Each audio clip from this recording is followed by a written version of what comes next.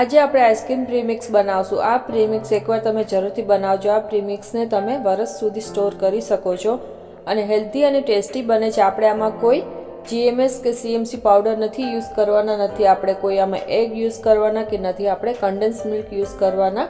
તો પણ આપણો ટેસ્ટી, હેલ્ધી અને ક્રીમી આઈસ્ક્રીમ બજાર જેવો જ બનીને તૈયાર થશે। તો ચાલો આ મેઝરમેન્ટ કરી લઈએ। અહીં મેં એક બોલ લીધો છે ને વજન કાંટો લીધો છે। બોલને આપણો વજન ટેર કરી લેવાનો છે જેથી આપણો બોલનો વજન માઇનસ થઈ જાય। હવે આપણે એમાં એડ કરવાના છે કાજુ। તો અહીંયા આપણે કાજુ લેશું। કાજુને આપણે વજન કરી લેશું। 100 ગ્રામ જેટલા આપણે કાજુ લેવાના છે। આ વજન મેઝરમેન્ટ તમે બરોબર આ રીતે જ કરજો જેથી તમારો પ્રીમિક્સ એકદમ સરસ બનશે અને આ પ્રીમિક્સમાંથી તમે 3 વાર આઈસ્ક્રીમ બનાવી શકો છો। ઘણો બધો પ્રીમિક્સ બનશે અને એ પ્રીમિક્સને તમે સ્ટોર કરી શકો છો। તો 100 ગ્રામ મેં કાજુને વજન કરી લીધા છે। તો આપણે એક બોલમાં આપણે એને ટ્રાન્સફર કરી લેશું ને આપણે એ જ બોલ આપણે યુઝ કરશું પાછો। હવે આપણે એમાં લઈશું બદામ। બદામને પણ આપણે 100 ગ્રામ લેવાની છે। વજન હું તમને કહું એ જ વજન તમે રાખજો, કોઈ ફેરફાર ના કરતા। તો 100 ગ્રામ આપણે અહીં બદામ લઈ લઈશું। તો બદામનું પણ આપણે વજન અહીં કરી લીધું છે। બદામને પણ આપણે એક બીજા બોલમાં ટ્રાન્સફર કરી લઈશું। હવે આપણે મિલ્ક પાવડર લેવાનો છે। મિલ્ક પાવડર તમે કોઈ પણ કંપનીનો લઈ શકો છો, જે પણ તમારા સિટીમાં કે ગામમાં કે ક્યાંય પણ તમને જે મળતો હોય લઈ શકો છો। ડેરી વ્હાઇટનર પણ તમે લઈ શકો છો। તો આપણે મિલ્ક પાવડરને પણ 100 ગ્રામ લેવાનો છે। તો મિલ્ક પાવડર આપણે વજન કરી લેશું। 100 ગ્રામ મિલ્ક પાવડર લેશું। તમારી પાસે મિલ્ક પાવડર કોઈ પણ હશે તે ચાલશે। તો આપણે આને પણ વજન કરીને હવે સાઈડમાં રાખી દઈશું। 100 ગ્રામ આપણે વજન કરી લીધો છે મિલ્ક પાવડરનો। તો પાછો આપણે એક બોલ લઈ લીધો છે। હવે આપણે અહીં કસ્ટર્ડ પાવડર લીધો છે। વેનીલા કસ્ટર્ડ પાવડર છે અને મેંગો કસ્ટર્ડ પાવડર છે મારી પાસે। તો હું વેનીલા કસ્ટર્ડ પાવડર યુઝ કરીશ। વેનીલા કસ્ટર્ડ પાવડરમાંથી તમે ઘણા બધા ફ્લેવરના આઈસ્ક્રીમ બનાવી શકો છો। તમારી પાસે કોઈ પણ ફ્લેવરનો આઈસ્ક્રીમ બનાવવો હોય તમારે એ રીતનો તમે કસ્ટર્ડ પાવડર લઈ શકો છો। આપણે 80 ગ્રામ જેટલો કસ્ટર્ડ પાવડર લેવાનો છે। તો આપણે 80 ગ્રામ કસ્ટર્ડ પાવડરનો વજન કરી લઈશું। તો 80 ગ્રામ આપણા કસ્ટર્ડ પાવડરનું પણ વજન અહીં કરી લીધું છે આપણે। હવે આપણે શુગર લેવાની છે। જો શુગર તમારે ડિપેન્ડ છે તમારે શુગર કેટલી એડ કરવી છે, તમને આઈસ્ક્રીમ કેટલો ગળ્યો બનાવવો છે એના ઉપર છે। તો 200 જો આ પ્રીમિક્સ સાથે 200 ગ્રામ જેટલી આપણી ખાંડ જશે।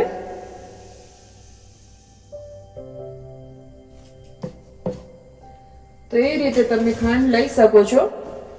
તો આ 200 ગ્રામ આપણી શુગર પણ રેડી છે। જો તમારે શુગર ન એડ કરવી હોય, તમારે શુગર ફ્રી આઈસ્ક્રીમ બનાવવું હોય, આ જે સ્વીટનર આવે છે 0 કેલરી વાળા સ્વીટનર, મારી પાસે સ્પ્લેન્ડા છે।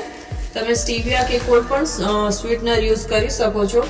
તો શુગર હું આમાં અડધી જ એડ કરીશ, 200 ગ્રામ નહીં એડ કરું, 100 ગ્રામ જ જેટલી શુગર એડ કરીશ। બાકી હું સ્ટીવિયાના 5 થી 6 પેકેટ એડ કરીશ, કારણ કે સ્પ્લેન્ડા શુગરમાં સ્વીટ વધારે હોય છે નોર્મલ આપણી શુગર કરતા। તો આપણને આ સ્પ્લેન્ડા કે સ્ટીવિયા ક્વોન્ટિટીમાં ઓછી જોશે। તો એ રીતે તમે શુગર તમારી એડજસ્ટ કરી શકો છો અને પછી જ્યારે આપણે આઈસ્ક્રીમનો બેઝ બનાવીએ ત્યારે પણ તમે ચાખીને શુગર એડજસ્ટ કરી શકો છો। તો 200 ગ્રામની જગ્યાએ હું ખાલી 100 ગ્રામ જ શુગર લઈશ। અહીં મેં 100 ગ્રામ શુગર લીધી છે। સ્પ્લેન્ડાના હું 6 પેકેટ લઈશ, ઇનફ છે 6 પેકેટ। જો તમને વધારે સ્વીટ જોતું હોય તો તમે એ રીતે એડ કરી શકો છો અથવા તમે ખાલી ખાંડ પણ લઈ શકો છો। તો હવે મેં એક મિક્સર જાર લીધું છે। એમાં આપણે આ બધા જે ઇન્ગ્રેડિયન્ટ્સ સાઈડમાં રાખ્યા, શુગર ને બધું, આપણે એકવાર મિક્સરમાં સારો એવો એનો પાવડર બનાવી લેશું જેથી આપણું પ્રીમિક્સ સરસથી એવું બનશે। મેં આમાં શુગર એડ કરી દીધી છે। હવે આપણે મિલ્ક પાવડર પણ એડ કરી દઈશું। આપણે કાજુ, બદામ અને કસ્ટર્ડ પાવડર,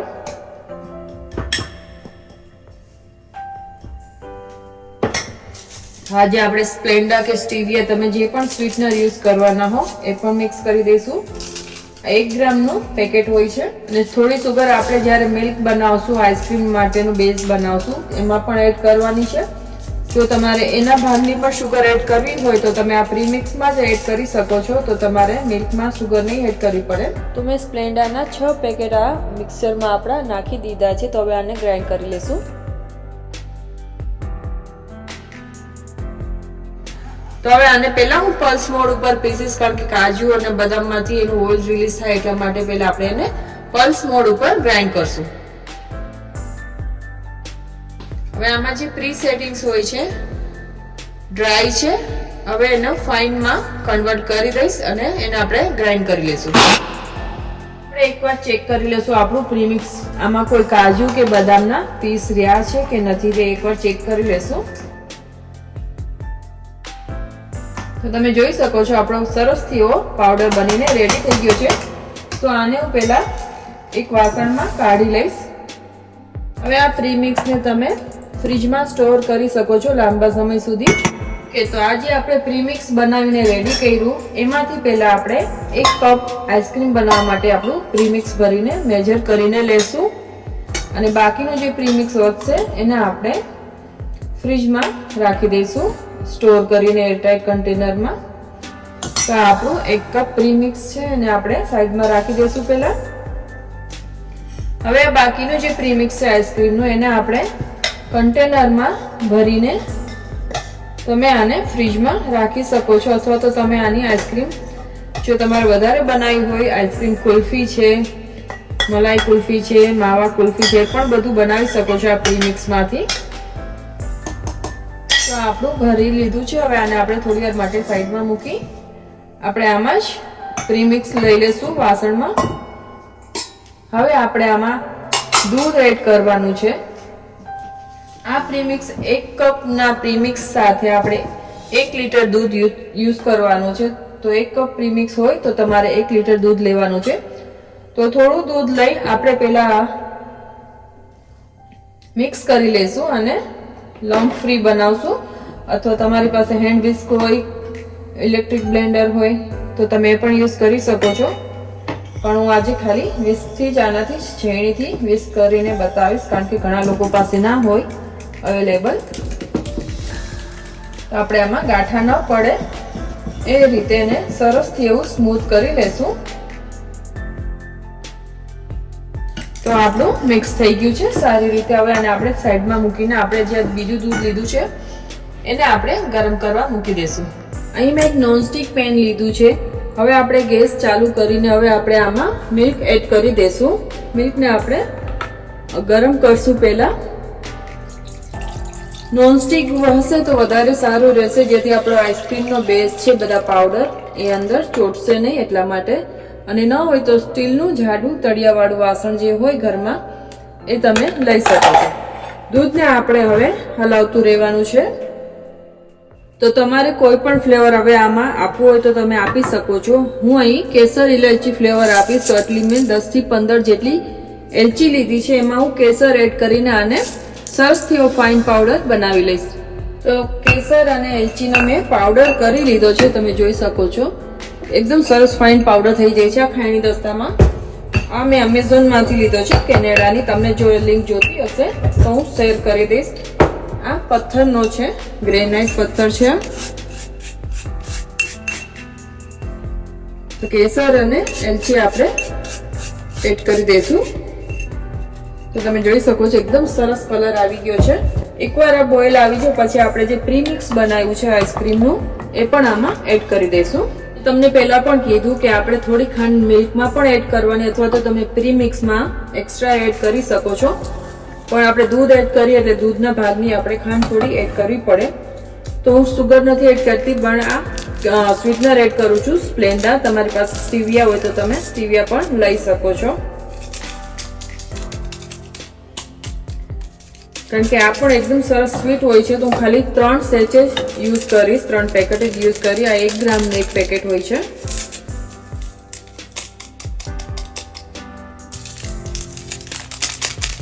અને તમે દૂધને પછી ચાખીને સુગર એડજસ્ટ કરી શકો છો.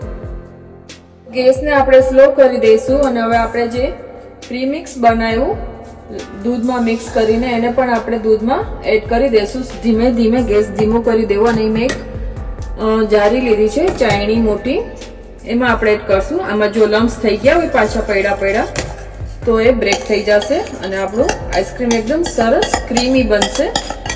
લમ્પ ફ્રી આઈસ્ક્રીમનો બેઝ બનશે આપણો.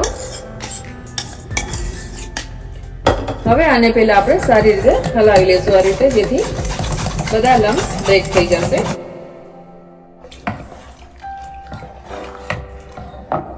બાકીનો જે હોય લમ્સ છે આ ચમચાના પાછળના ભાગથી તમે આ રીતે કરશો એટલે બધા લમ્સ ભાંગીને સરસ સ્મૂથ થઈ જશે. તમે જોઈ શકો છો એકદમ સરસ સ્મૂથ આપણો બેઝ બનશે. કન્ટિન્યુઅસલી હલાવવાનું છે નહીતર બેસી જશે આપણું પ્રીમિક્સ નીચે બેઝમાં. તો એને હલાવતા જ રહેવાનું છે જ્યાં સુધી ઘટ ના થાય ત્યાં સુધી. અને ગેસને આપણે મીડિયમ રાખશું.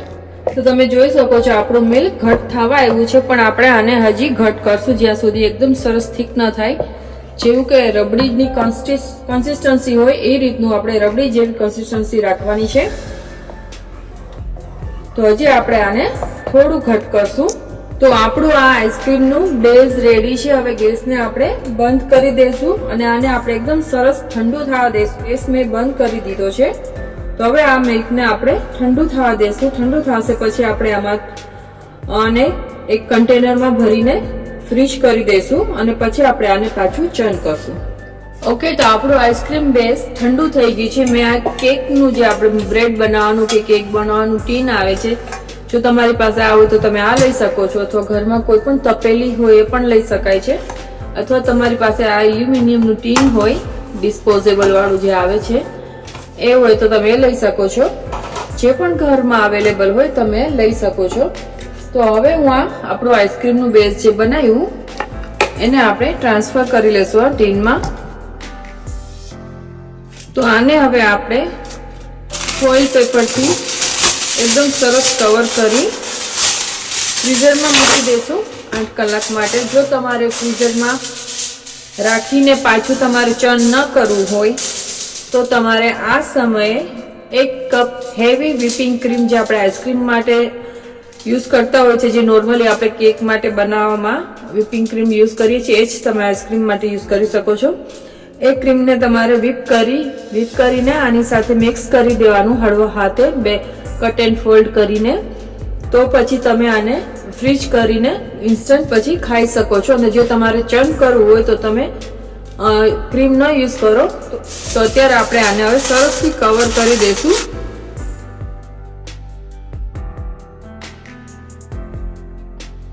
તો અહીં મેં એક બીજી પ્લાસ્ટિકની બેગ લીધી છે. એ બેગની અંદર આપણે આ આઈસ્ક્રીમનો ડબ્બો રાખી દઈશું જેથી આપણું આઈસ્ક્રીમ ફ્રીજમાં ઢોળાય પણ નહીં અને આઈસ ક્રિસ્ટલ્સ પણ ઓછા બનશે અને આપણું આઈસ્ક્રીમ સરસ જામીને રેડી થશે.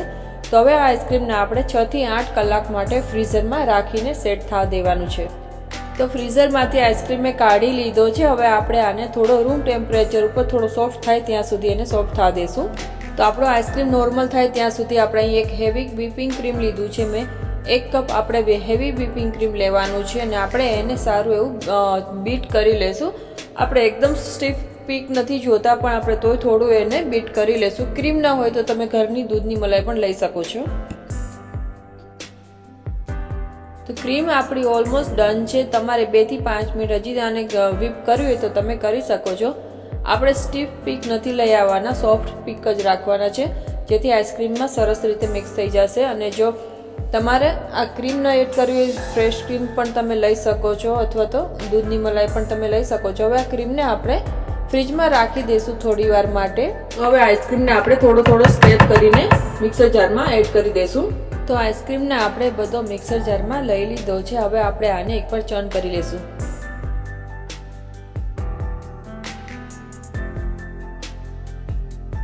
તો હવે આપણે એકવાર ચેક કરી લઈશું ખોલીને. આનું ટેમ્પર છે પુશ કરવા માટે આઈસ્ક્રીમને.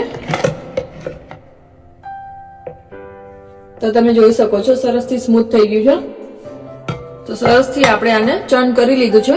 હવે આપણે વ્હિપ ક્રીમ અને આપણું જે ચર્ન કર્યું આઈસ્ક્રીમ એને સારી રીતે મિક્સ કરી દઈશું.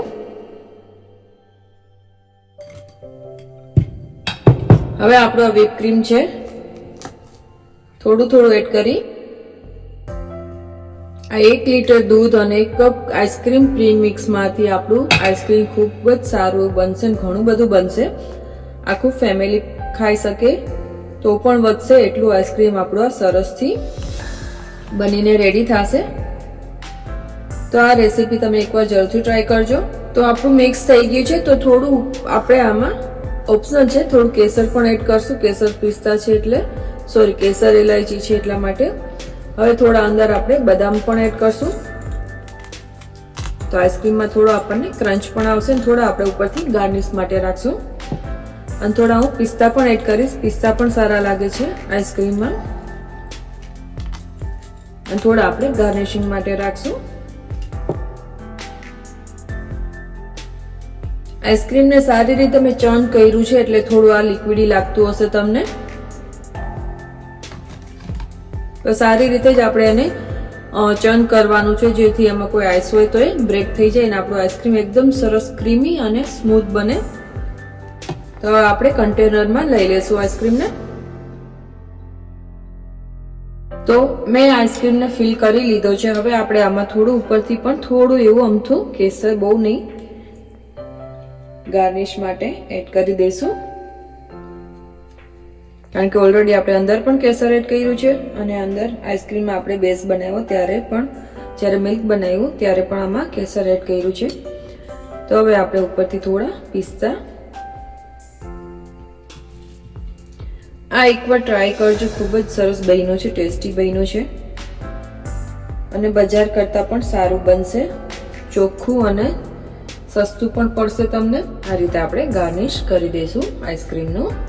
હવે આપણે આને ક્લિંગ રેપ ફોઇલથી, પ્લાસ્ટિકથી આને કવર કરી અને પછી ફ્રીજમાં આને સેટ થવા મૂકી દઈશું. તો આપણે હવે આઈસ્ક્રીમને ક્લિંગ રેપથી કવર કરી દઈશું જેથી આપણો આઈસ્ક્રીમ સરસથી સેટ થશે. એમાં કોઈ પણ આઈસ્ક્રીમમાં આઈસ ક્રિસ્ટલ્સ નહીં જામે, એટલા માટે જરૂરી છે ક્લિંગ રેપથી. જો તમારી પાસે ક્લિંગ રેપ ના હોય તો તમે પ્લાસ્ટિક ઘરમાં આવતું હોય, આપણે કોઈ પણ ગ્રોસરીનું થેલિયું કે કોઈ પણ એકદમ ક્લીન કરી, સાફ કરી પછી એને તમારે ફ્રીઝ કરવાનું. તો હવે આપણે આને એનું લીડ બંધ કરી હળવા હાથે, કારણ કે આપણું આઈસ્ક્રીમ હલી ન જાય, જેથી જો હલી જશે તો આજે આપણે ઉપર ગાર્નિશ કર્યું છે એ અંદર મિક્સ થઈ જવાના ચાન્સ રહેશે. તો ઇઝીલી આરામથી આપણે એને ફ્રીઝરમાં મૂકશું. પછી આપણે જ્યાં સુધી સેટ ના થાય ત્યાં સુધી આપણે ફ્રીઝરને ખોલવાનું નથી. 6 થી 8 કલાક દેવા પડશે અને પછી જ તમે આને એન્જોય કરી શકશો. તો આપણે હવે આઈસ્ક્રીમને ક્લિંગ રેપથી કવર કરી દઈશું જેથી આપણો આઈસ્ક્રીમ સરસથી સેટ થશે. એમાં કોઈ પણ આઈસ્ક્રીમમાં આઈસ ક્રિસ્ટલ્સ નહીં જામે, એટલા માટે જરૂરી છે ક્લિંગ રેપથી. જો તમારી પાસે ક્લિંગ રેપ ના હોય તો તમે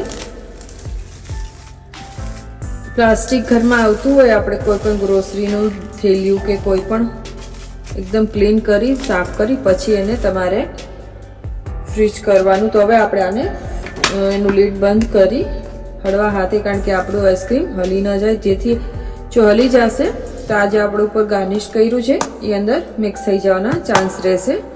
તો ઇઝીલી આરામથી આપણે એને ફ્રીઝરમાં મૂકશું, ફ્રીઝરમાં મૂકશું સોરી. પછી આપણે જ્યાં સુધી સેટ ના થાય ત્યાં સુધી આપણે ફ્રીઝરને ખોલવાનું નથી. 6 થી 8 કલાક દેવા પડશે અને પછી જ તમે આને એન્જોય કરી શકશો. તો આપણું આઈસ્ક્રીમ રેડી થઈ ગયું છે. તો આપણે એને હવે સર્વ કરી લેશું આઈસ્ક્રીમને આપણા. તો પહેલા આપણે આને એકવાર જોઈ લઈએ ખોલીને. તમે જોઈ શકો છો આપણે એકદમ સરસ આઈસ્ક્રીમ જામી ગયું છે. ઓકે, તો હવે આપણે આઈસ્ક્રીમને સ્કૂપ કરી લઈએ. તો તમે જોઈ શકો છો આપણો આઈસ્ક્રીમ એકદમ સરસ આઈસ ફ્રી થયો છે, આમાં કોઈ આઈસ ક્રિસ્ટલ્સ નથી.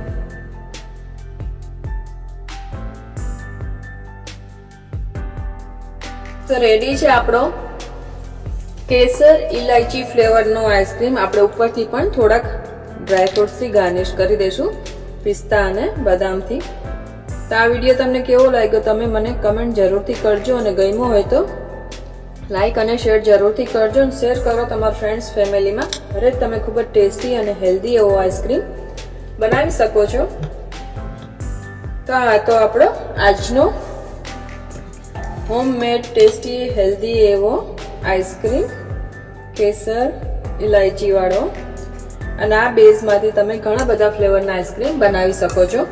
તો મળશું આપણે એક નવા વિડીયો, નવી રેસિપી સાથે. Thank you for watching. Bye now.